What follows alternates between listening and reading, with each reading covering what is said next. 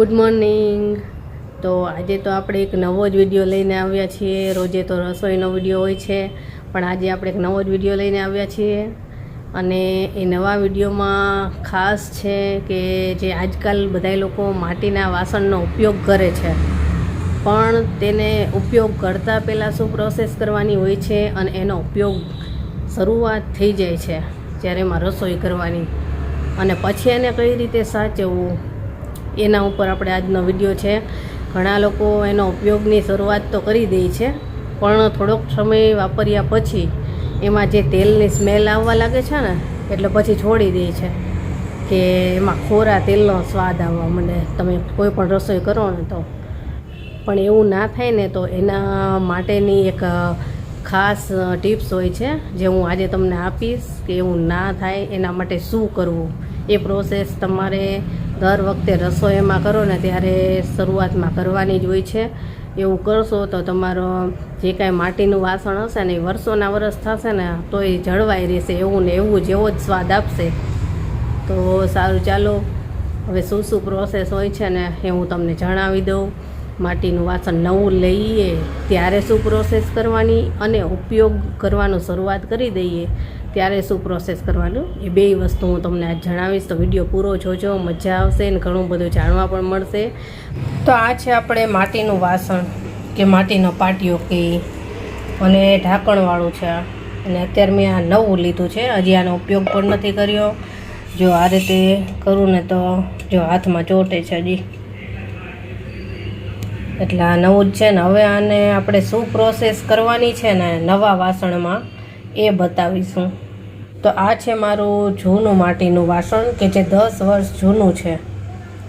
10 વર્ષથી હું આમાં રસોઈ કરું છું, પણ આમાં સ્વાદમાં કોઈ પણ ફરક નથી પડ્યો. જેવો સ્વાદ એ પહેલાં આપતો હતો ને એવો જ સ્વાદ હજી પણ આપે છે.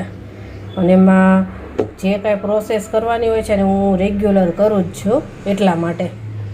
તો આપણે આ વાસણમાં તમને બતાવીશ કે જૂના વાસણમાં કઈ પ્રોસેસ કરવાની હોય છે કે સ્વાદ તમને એનો એ જ આપે, અને આમાં તમને નવા વાસણની પ્રોસેસ બતાવીશ. તો આપણે આ નવા વાસણમાં શું પ્રોસેસ કરવાની છે ને એ પહેલાં જોઈ લઈએ. એની પ્રોસેસ પતી જશે ને પછી આપણે આની પ્રોસેસ બતાવીશું.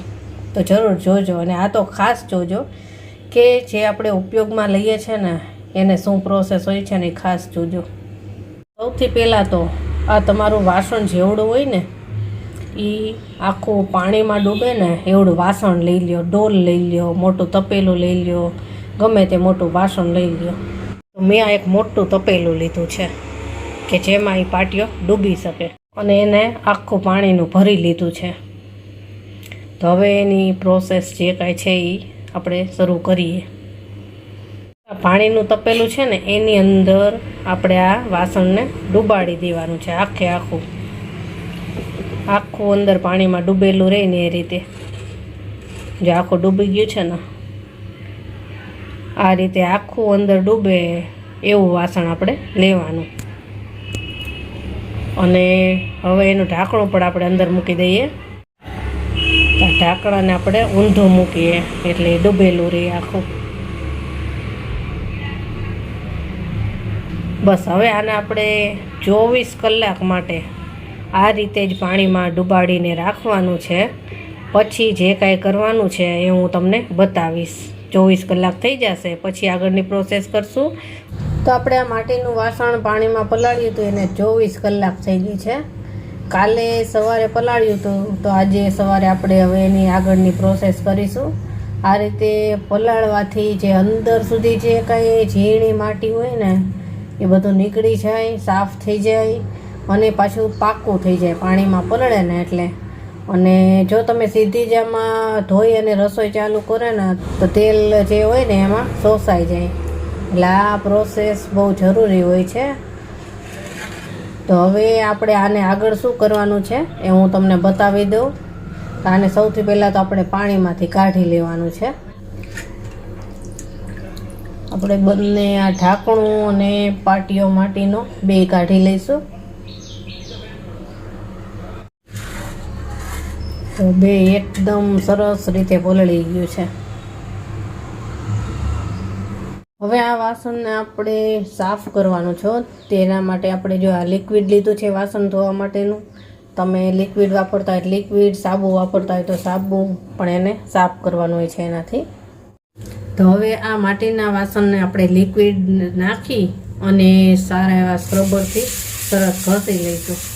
એટલે જે કાંઈ ઓલું કાળું ચોટેલું હતું બધું એ બધું નીકળી જશે અને એકદમ સરસ ચોખ્ખો થઈ જશે. જો આ નીકળે છે ને કાળું, એ બધું જે કાંઈ ચોટેલું એ બધું નીકળી જાય. સરસ એકદમ ઘસી લેવાનું અંદરથી અને બહારથી પણ.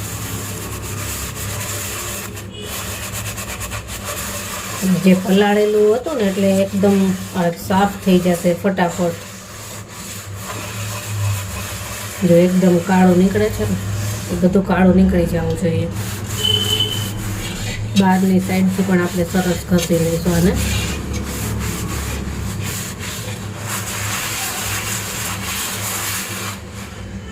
એ જ રીતે આપણે ઢાંકણાને પણ ધોઈ નાખશું.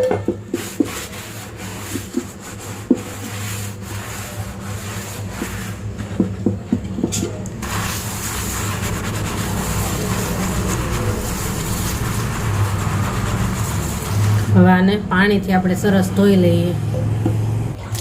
તો હવે આને આપણે પાણીથી ધોવાનું છે અને એમાં પણ આપણે આ સ્ક્રબર ઘસીને જ ધોવું. જે કાંઈ હોય એ નીકળી જાય બધું.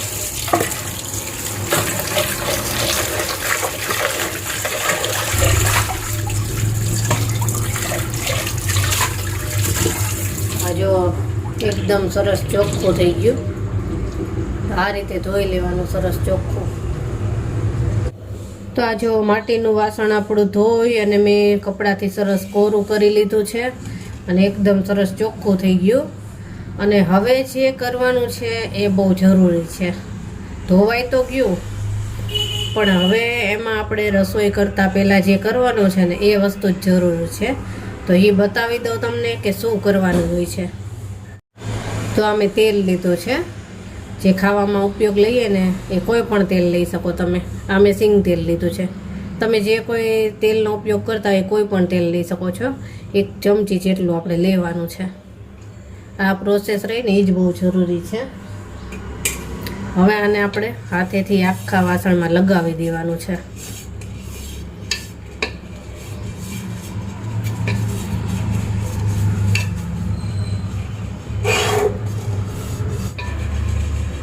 તો આ તેલ આપણે ખાલી અંદરની સાઈડ જ લગાવવાનું છે, બહારની સાઈડ નથી લગાવવાનું. એ ખાસ ધ્યાન રાખજો. આપણે રસોઈ તો આ અંદર જ થાય એટલે અંદર જ લગાવવાનું છે. તો આખામાં સરસ રીતે તેલ લગાવી દીધું છે. એકદમ સરસ રીતે લગાવી દીધું છે.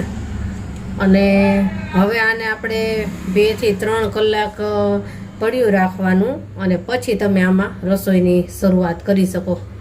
તો આ હતી આપણે માટીના વાસણની આખી પ્રોસેસ, કે નવું વાસણ લઈએ ત્યારે વાપરતા પહેલાં શું પ્રોસેસ કરવાની હોય છે. તો વાપરતા પહેલાંની આ પ્રોસેસ હતી.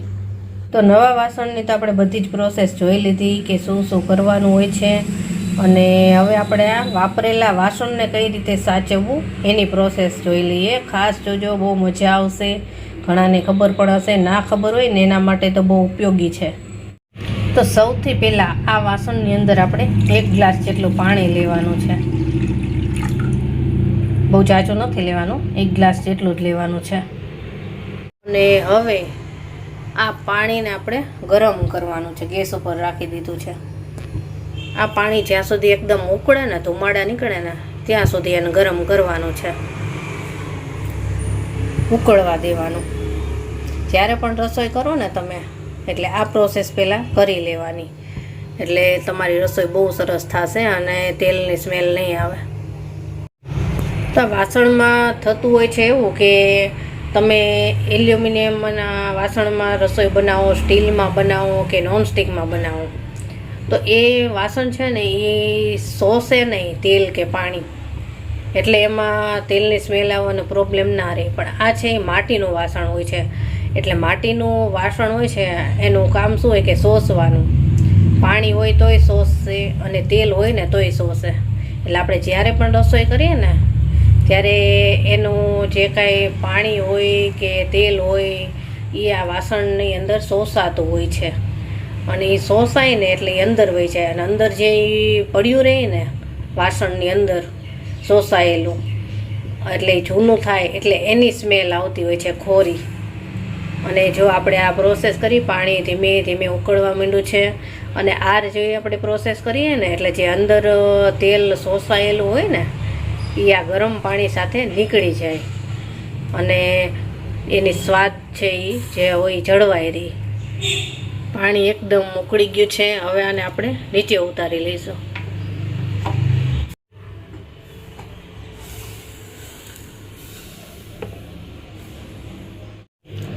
તો આ રીતે ફેરવશો એટલે બધું જ એમાં જ્યાં ક્યાંય તેલ જૂનું હશે ને ગરમ પાણીના કારણે નીકળી જશે. અને હવે આપણે આ પાણીને કાઢી લેવાનું છે. તો બીજા વાસણમાં અને ફેંકી જ દેવાનું છે આ પાણીને, એટલે કાઢી લઈશું. તો બસ હવે આ વાસણ આપણે રસોઈ બનાવવા માટે સરસ ચોખ્ખું થઈ ગયું છે. આમાં કોઈ તેલની સ્મેલ નહીં આવે. તો આપણી પ્રોસેસ પૂરી થઈ. જો એકદમ ચોખ્ખું થઈ જાય, આમાં તેલ પણ ના રહે, એકદમ ચોખ્ખું જ. તો બે પ્રોસેસ શું થાય એ બધું મેં તમને ડિટેલમાં બતાવી દીધું છે. તો તમને મારો આ વિડીયો કેવો લાગ્યો કમેન્ટમાં કહેજો. અને જો તમે કાંઈ અલગ રીતે કરતા તો એ પણ મને કહેજો, એટલે મને પણ ખબર પડે કે કંઈક નવીન હોય તો જાણવા મળે. તો જો વિડીયો પસંદ આવ્યો હોય તો ચેનલને લાઇક, શેર ને સબસ્ક્રાઈબ જરૂરથી કરી દેજો. તો સારું, ચાલો ફરી મળીશું નવા વિડીયો સાથે. બાય.